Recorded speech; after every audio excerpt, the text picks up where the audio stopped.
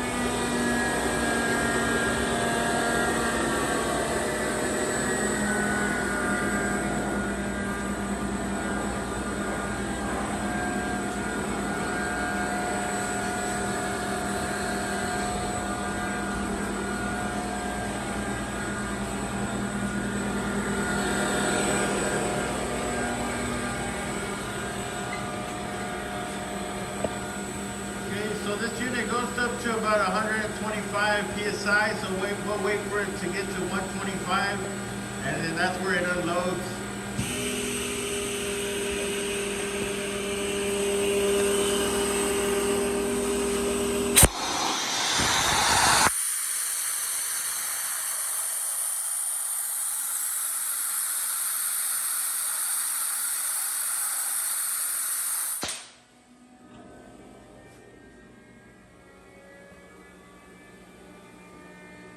So now it'll start building up pressure automatically. So it'll repeat the cycle and it'll go to 125.